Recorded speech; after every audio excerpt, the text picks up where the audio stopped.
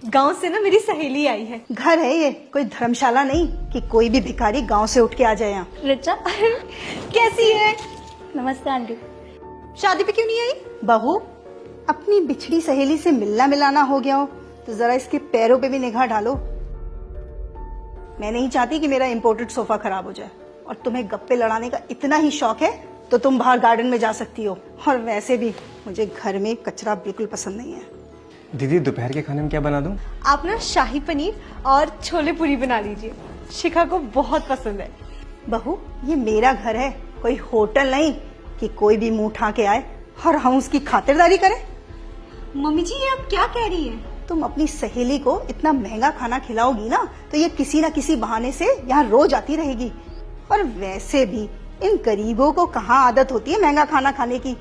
इन्हें तो इस घर की दाल रोटी भी ना हजम हो, बड़ी आई पनीर खाने वाली।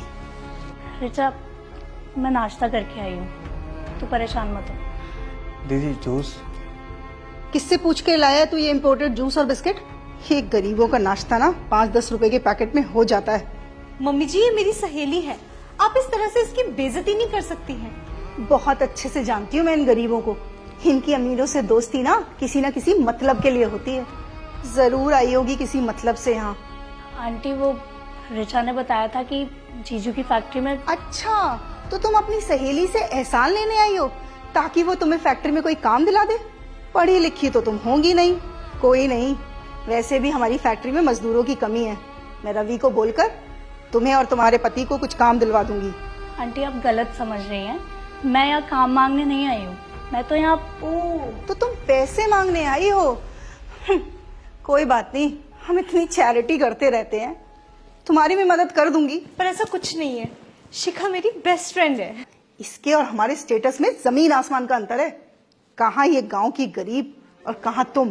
बस मम्मी जी, बस बहुत सुन लिया हमने। कम से कम इस बात का लिहाज कर लिया होता है कि ये मेरी सहेली है।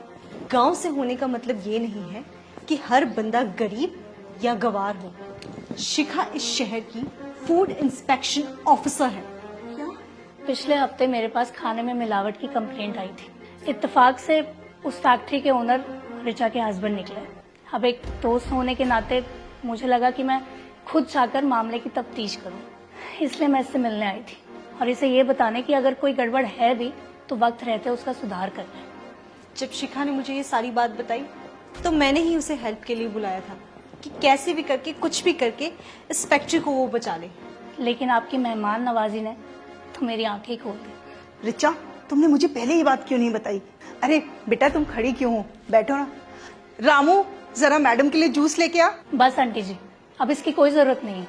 आप लोगों को उनकी हैसियत से जज करती हैं। मैं भले ही गांव से हूँ, लेकिन अच्छे और बुरे की समझ है मुझे। जैसे आपने मुझे मेरी औकात दिखाई है ना, अब मैं आपको आपकी औकात दिखाऊंगी। चलती हूँ। अरे बेटा सुनो, माफ कर दो बेटा। बेटा प्लीज मुझे माफ कर दो, मैं तो मजाक कर रही थी, तुम तो बुरा मान गई।